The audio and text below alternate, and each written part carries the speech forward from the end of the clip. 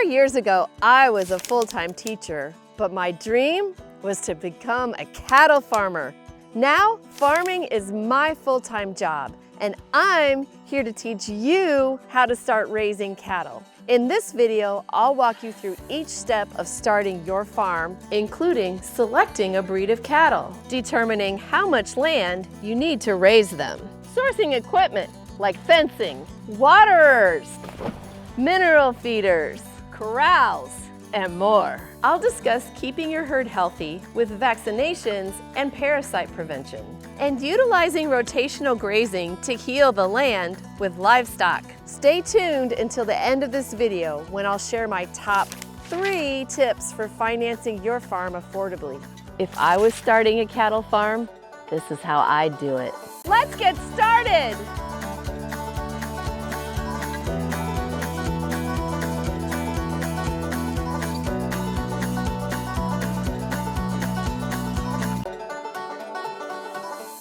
If you've decided to start a cattle farm, congratulations! You've made the first of many important decisions on your farming journey. Raising livestock relies on decision-making based on the unique qualities of your farm and your life. Here's the first big question to ask yourself. What are my goals for raising cattle?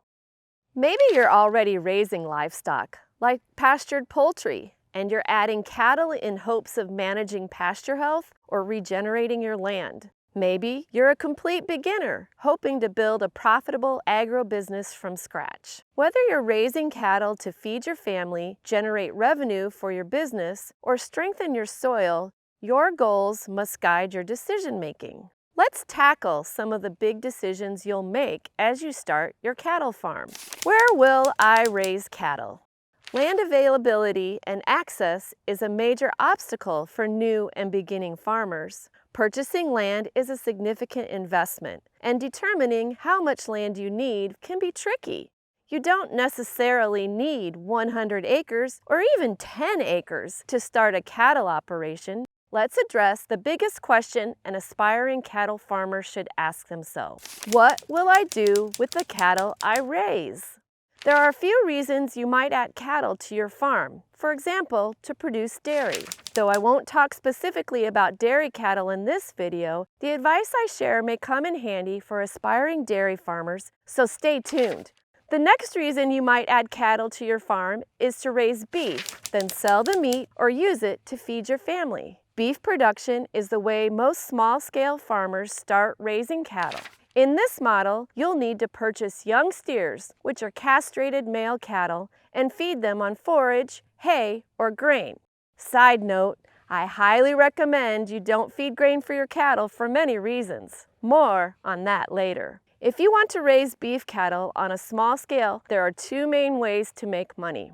First, you can sell the beef from your steers. Whether you sell it directly to consumers, wholesale to a store, or through a farmers cooperative, you'll need to find a reliable market for your products. The second way to make money with beef cattle is by raising steers, but selling them before processing.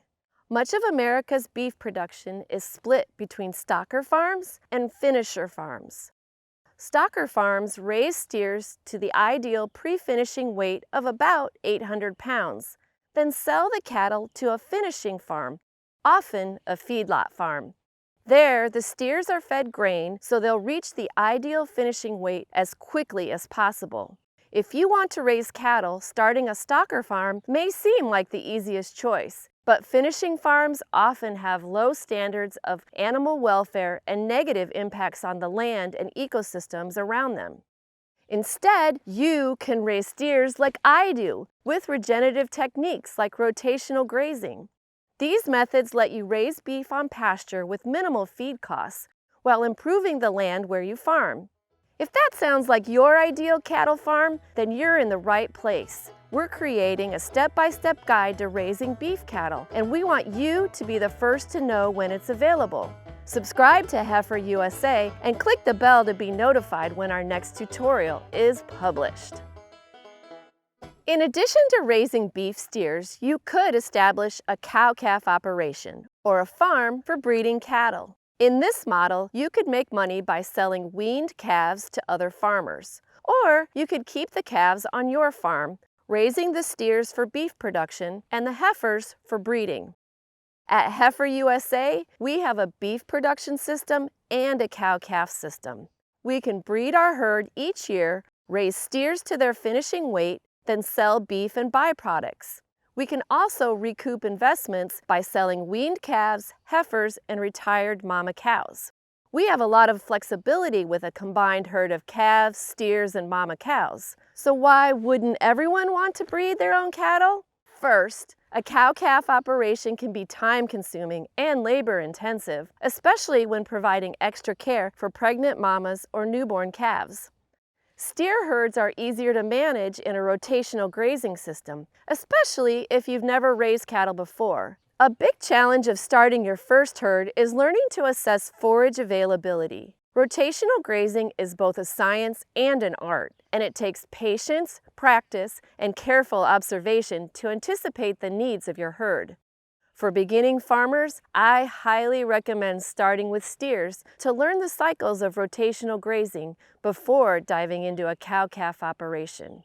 Breeding livestock can be complicated, but when you're ready to take the plunge, I'll be here to guide you through every step of breeding, pregnancy, and calving with this video. Whether you want to raise steers for beef, manage your own cow-calf operation, or do a little bit of both, knowing your goal will help you answer important questions. Next up, we're talking logistics. The who, what, when, where, and how of establishing your cattle farm.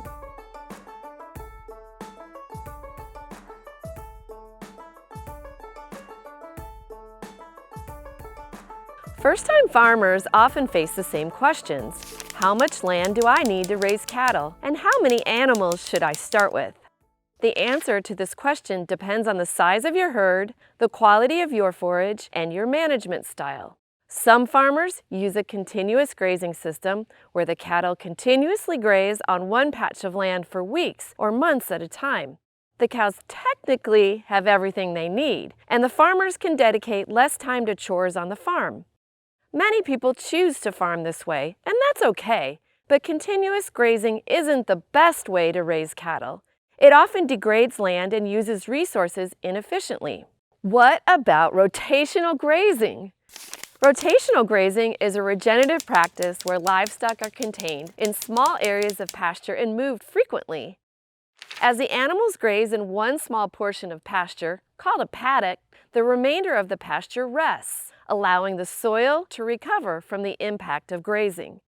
The cow's natural behavior, like eating grasses straight from the soil, depositing waste in the pasture, and trampling the ground as they move, all encourage regeneration, as forage plants regrow above the soil and deepen their root systems below the ground. At Heifer Ranch, we utilize a form of rotational grazing called holistic planned grazing. By getting our cattle to the right place at the right time with the right behavior, we can feed our animals and positively impact the land where they graze. We'll move our herd into a small paddock where they'll graze on native plants. They can eat anything in the paddock, but we only want them to take one bite from each plant. That bite nourishes the cow, but it also stimulates the plant to regrow. If the animal bites the plant more than once, we call that overgrazing. An overgrazed pasture can't regenerate as quickly, and it can become vulnerable to soil erosion. Instead, we prevent overgrazing by moving our cattle to a new paddock each morning. They trample the soil and leave behind their waste in the old paddock. We leave this area to recover for at least 60 days before any livestock graze on it again. Over time, this paddock will yield more forage, making it even more valuable for grazing. This system of planned grazing requires hands-on animal management, which lets you build a relationship with your herd and your land. Though daily moves can be time-consuming, you'll spend that time with your cattle, observing their behavior, assessing their forage, and checking their health. You'll be able to make better, more informed decisions about your herd, like when to move them or how much land they'll need for grazing. Let's talk about a key concept in livestock rearing: stocking rates. aka the number of animals you can raise on a given unit of land. Because cattle breeds vary widely in size and weight, farmers often use a standardized measurement called animal units to determine stocking rates. 1 AU is equivalent to 1,000 pounds of live animal weight.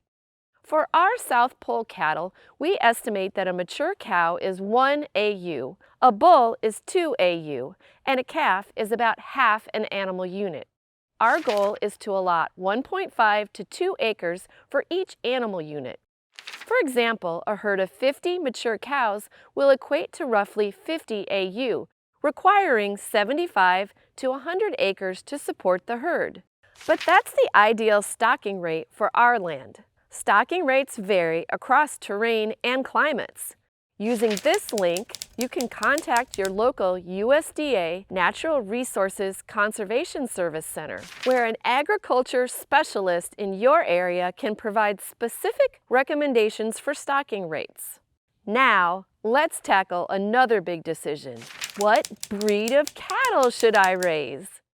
When selecting a breed, consider your goals, your land, your climate, and your ecosystem to find the perfect fit. Farmers in cold climates should choose breeds with long, thick coats, while farmers in warm climates should opt for animals with short coats. Breeds like Hereford, Simmental, and Red Angus are known for their docile temperaments, making them good choices for family farms with young children.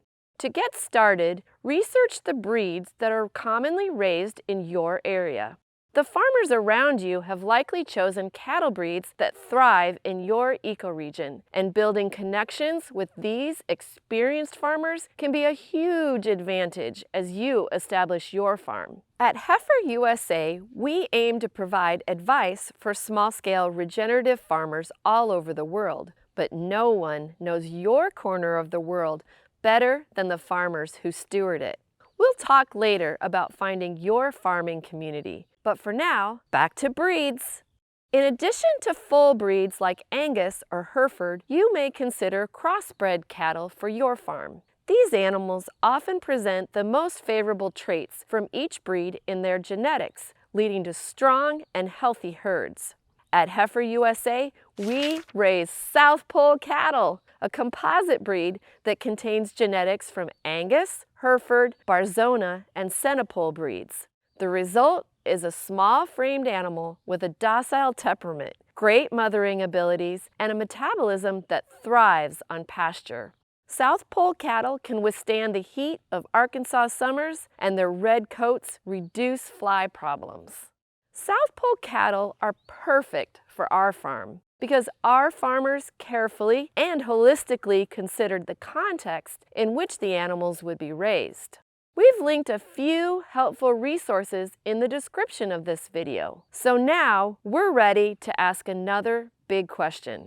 Where do I buy my animals? First and foremost, avoid the sale barn if possible. The animals sold here have typically been removed from other farmers' herds because they exhibit health or behavior issues. They'll present financial and logistical challenges. Instead, purchase animals from sanctioned cattle auctions and respected breeders in your area. Research the breed you've chosen. There's likely a national network of breeders, like the American Angus Association or the South Pole Grass Cattle Association. Be sure to locate breeders near your land to lower transportation costs and ensure the new cattle are acclimated to your ecoregion. Before your animals arrive, you'll need systems to feed, water, and protect your herd. Let's get into the infrastructure of your new farm.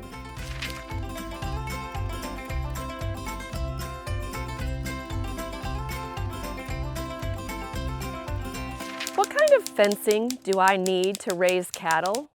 First, learn the difference between permanent fencing and temporary fencing. Consider which system will best serve your needs. Permanent fencing is sturdy and durable and can be constructed from many types of materials, like wooden or metal posts connected by barbed wire or high tensile wire. Permanent fencing works well to secure the perimeters of large pastures, but many farmers raising cattle on small acreage utilize temporary fencing to more closely manage their land. Rotational grazing requires frequent moves through small paddocks.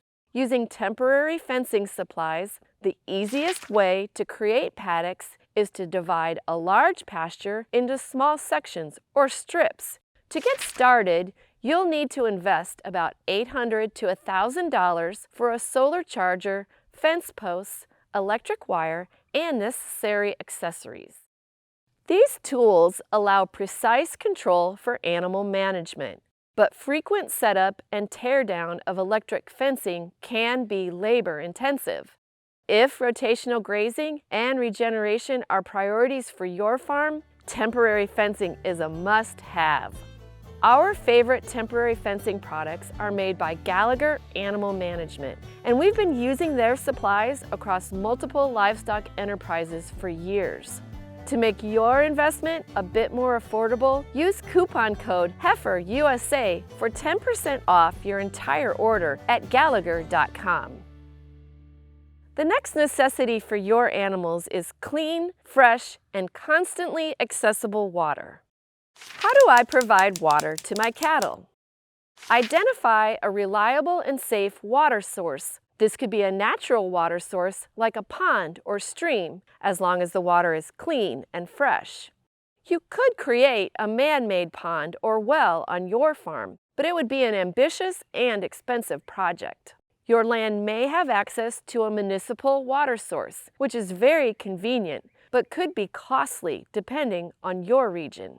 At Heifer Ranch, we use hydrants, water hoses, and quick connect systems to access a municipal water supply. The moment your cows enter a new paddock, they should see a clean and reliable source of fresh water. Your waterers should be appropriately sized for your herd to prevent overcrowding and dehydration. We recommend at least 1 to 2 inches of waterer perimeter per animal. Here are a few common designs for water tanks. This DIY water trough is a favorite here at Heifer Ranch. Comprised of a 100-gallon Rubbermaid tank, a Job Megaflow float valve, and a few bits of hardware, one waterer can be assembled in less than an hour for about $400. These are great temporary waterers since they can be emptied, scrubbed clean, moved, and refilled relatively quickly. You can build your own DIY water trough using this tutorial with product links and step-by-step instructions from our very own Christine Hernandez. Note that Christine is using a 50-gallon tank for a pig waterer instead of a 100-gallon tank for a cattle waterer, but the process is exactly the same. This round cement tank is a great example of a permanent waterer. Located at the center of a 4-way corral, this tank ensures our animals always have water while contained in this area for weighing or health checks. When we recently installed a waterer like this in another pasture, it cost $300 for the concrete tank, $60 for a float valve, and $2,000 to install. Another very common style of permanent waterer is the tire tank. DIY ranchers often repurpose old tractor tires into large capacity water tanks. When connected to a water supply and outfitted with a float valve, the tire tank will fill automatically. If you already have a spare tire available, the additional hardware will cost between $100 and $200, making this an affordable solution for fiscally savvy farmers everywhere. If you prefer to purchase waterers instead of building your own, we recommend the brand Ritchie, which offers multiple styles of permanent and temporary waterers. These filters on the Ritchie website make it easy to find the perfect waterer for your operation. Filter by the climate of your farm, your production style, your herd size, and whether you need heated water to support your animals through the winter. And the website will display a list of appropriate designs. Whatever style you choose, there's bound to be a bit of spillage. Ensure that the ground around your watering area is well drained to prevent mud and erosion, especially near permanent waters. Clean your equipment regularly to prevent debris, contaminants, or even algae from building up in your tanks. Your cattle will thank you. Finally, let's tackle the last big infrastructure need for your cattle farm: a corral. By definition, a corral is any enclosure for holding livestock. But on a cattle farm, a corral typically looks like this: a wooden or metal structure divided into several smaller sections with a long, thin alleyway for moving animals single file. Most corrals contain a central weighing station with a livestock scale, squeeze chute, and head gate. This mechanism allows the farmer to contain a cow and hold it steady while conducting health checks, administering vaccinations, and much more. Buying or building a corral will probably be one of your biggest expenses, and costs can vary widely. Brands like Prefert and Powder River offer high-quality, prefabricated corrals with several layouts for both permanent installation and portable solutions. These all-in-one kits can be pricey, starting around $14,000 for a corral that supports 35 head of cattle, and increasing in price for larger herds. The kits do include a squeeze chute, which itself costs about $5,000 to purchase, and the remainder of the cost covers the panels, gates, and alleys that complete the corral. This is a large investment, and long-term financing options can make prefabricated corrals a more viable option. If you prefer to construct your own corral, you'll have more control to customize the design and materials to fit your farm's needs. At Heifer USA, this four-way corral is where we conduct most of our cattle management. It's comprised of metal pipe fencing and gates, with 4 distinct holding areas and an alleyway. This corral has lasted for decades, letting us work herds as large as 120 animals at a time. In our corral, we use the Prefert Model S04 squeeze chute, which costs about $5,000 to purchase and is guaranteed for life. The TrueTest S3 weigh system, which includes load bars, a weighing platform, and a weight indicator, costs about $1,700 to purchase. Remember that installation may require specialized knowledge or equipment, and therefore may create additional costs. Now, you may be tempted to ask, do I really need a corral to start my cattle farm? And the answer is probably, but maybe not. Here are a few alternative ways to manage your cattle without an expensive corral. Consider local facilities and other farmers that could provide assistance. Could you use a livestock trailer to transport your cattle to a neighboring farm for thorough health checks? Maybe your cooperative extension service offers weighing services or lends out mobile livestock scales.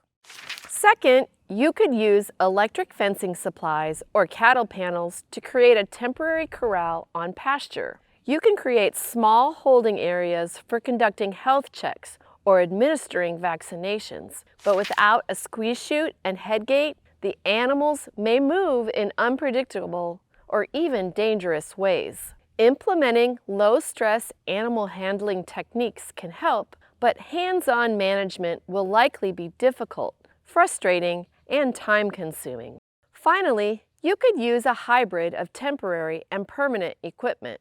You could install just a squeeze chute and alley system. Then, you could use temporary fencing to create holding areas around your permanent infrastructure. This method works well for farmers who plan to slowly scale up their operation, because you can gradually add permanent holding areas around the chute as your finances allow. Once you've invested in and installed your corral, you'll have 24/7 access to equipment that lets you manage your herd easily and efficiently. You'll be able to weigh, sort, and monitor your animals on your own schedule.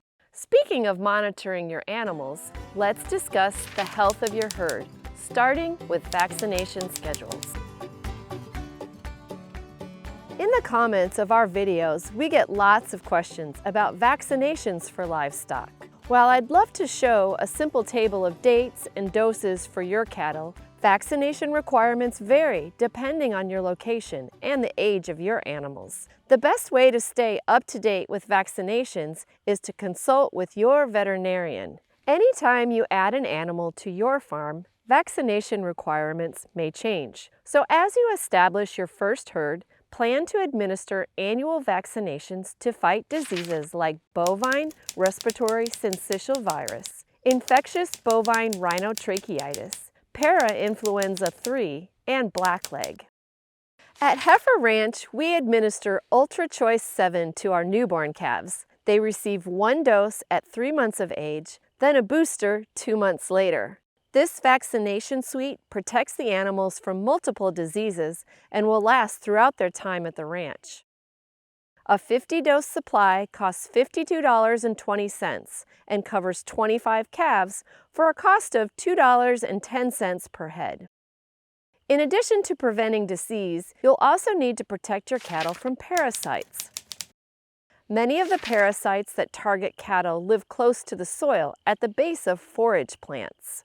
When a pasture has been overgrazed, your animals are more likely to encounter the parasites lurking low on the ground. The best way to prevent overgrazing and reduce the threat of parasites is by moving your cattle frequently. Though they're not parasites, flies are a large concern for cattle farmers, especially in warm climates. In addition to spreading diseases like pink eye, flies can make cattle less productive because they provide a constant distraction from grazing. The more time and energy a steer spends swatting flies, the less he'll have for grazing, meaning slower weight gain and less profitable harvests. There are many ways to protect your herd from flies, from lotions to sprays to dust bags and beyond.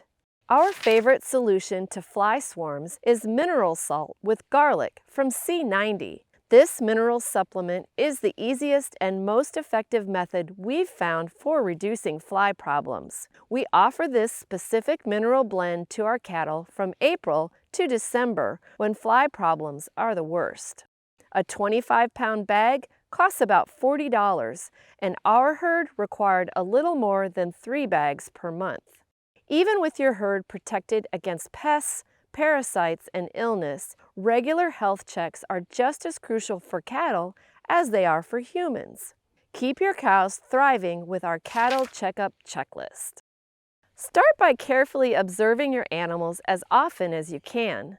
Once you're familiar with your herd's behavior patterns, you'll be able to spot abnormal behavior that may indicate health issues. If you spot a cow exhibiting lethargy, lameness, or isolation, it's probably time to bring your cattle to the corral for up-close inspection. During each cow's physical examination, start by assessing its body condition.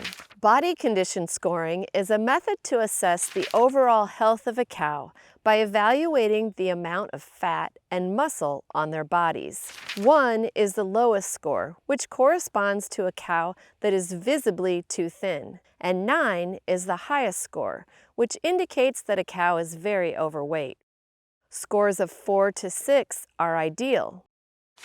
Examine the animal's coat and skin. Here's a quick chart denoting potential causes for common skin conditions in cattle. Next, stare deeply into your cow's eyes because they can give you hints about the animal's health. Clear, bright eyes like these indicate a healthy cow, while cloudy, runny eyes like these can signal health issues like infectious bovine keratoconjunctivitis, also known as pink eye for cattle. With your cow securely contained in a squeeze chute and head gate, take a close look at its mouth and teeth. Its gums should be a healthy pink color. Pale gums could mean your cow is suffering from anemia, internal parasites, or nutritional deficiencies. Inflamed gums may indicate infections. Each cow should have a full set of teeth, which are well aligned with no sharp edges, fractures, or discoloration. Next, Use a rectal thermometer to ensure that your cow's body temperature falls between 101.5 and 103.5 degrees Fahrenheit, or 38.6 degrees to 39.7 degrees Celsius. Examine your cow's legs for signs of lameness, swelling, or abnormal gait. The animal should evenly distribute its weight across all 4 legs. If your cow exhibits limping or lameness, it may have a painful abscess or a medical issue like foot rot. Other hoof issues can include cracks, lesions, and overgrowth, which all make it painful for cattle to walk, graze, and perform their natural behaviors.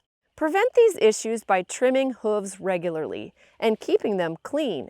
Finally, if you're raising female cows, check that their udders and teats are healthy. An udder that is red, swollen, or hot to the touch likely indicates mastitis, which makes it difficult and painful to nurse her calf. The best medicine for your animals is prevention. Avoid spreading infectious diseases to animals and humans by practicing high standards of biosecurity. To learn the biosecurity measures you should implement on your farm, check out this video. It could quite literally save lives.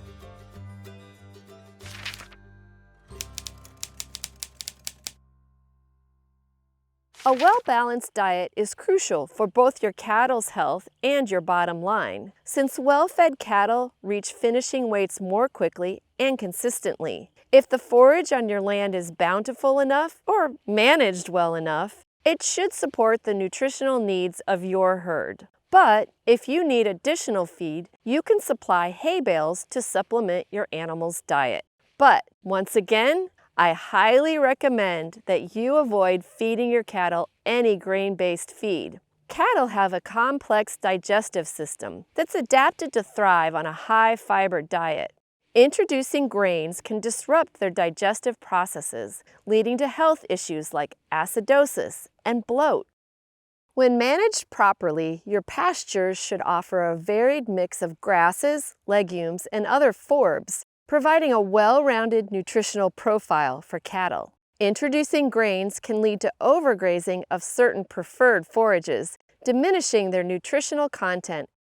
While adequate forage will meet most of your herd's nutritional needs, you will need to supplement their diet with salt and minerals to support muscle tone, nerve and immune system function, healthy skin and coats, reproductive health, and much more. For a low-cost and low-labor solution, we recommend offering your cattle a blend of salt and minerals in a feeder like this. In the past, we've used Purina Wind and Rain All-Season Cattle Minerals, which costs $50 per 50-pound bag. If you're able to invest more time, money, and effort into a tailored salt and mineral program, consider a free choice mineral feeder, which offers cattle a choice of individual minerals, allowing them to follow their natural cravings for more balanced nutrition. You can learn more about this system in this video, where we tested free choice feeders, so you don't have to. Finally, let's review the financial elements of starting a cattle farm. Your biggest startup costs will be purchasing or leasing land, establishing infrastructure, investing in necessary equipment, and acquiring your animals. After that, your biggest ongoing expenses will be veterinary care and vaccinations, infrastructure maintenance, and any additional feed or supplement your animals need. Here are my best tips for financing your farm affordably. Start small. Starting with a small herd will allow you to gain experience with a new species, especially if you plan to use rotational grazing. As you gain more experience, you can slowly expand your herd and your infrastructure. Find fellow farmers who can split costs and share specific advice for your region, your production system, your breed of cattle, and more. Here are a few of the many ways you can network with other farmers. Join a farmers cooperative. In many co-ops, nearby farmers share resources like tractors and livestock trailers, split costs for transportation, and even collaborate to sell products.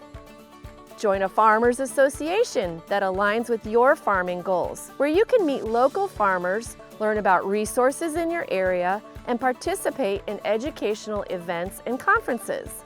Connect with other cattle farmers via social media. In the description of this video, we've linked a few Facebook groups for small-scale cattle farmers. Members can share success stories, ask for advice, and offer solutions for common issues. Be creative. Many aspiring farmers get overwhelmed by the potential costs of establishing their cattle farm. But creative farmers find ways to reduce costs without compromising their goals. For example, if purchasing farmland isn't feasible for your budget, consider leasing land.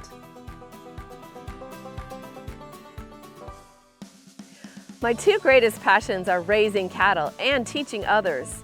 That's what Heifer USA is all about. And our YouTube channel exists to share knowledge with farmers like you. If you found this video valuable, please consider supporting our work by clicking the donate button and making a contribution. Every dollar helps us create farmer training experiences like this one. If you have questions, leave them in the comments and let us know what we should cover in our next video. Then, learn to raise grass-fed and finished beef with this video, or become an expert on cow-calf farming with this video.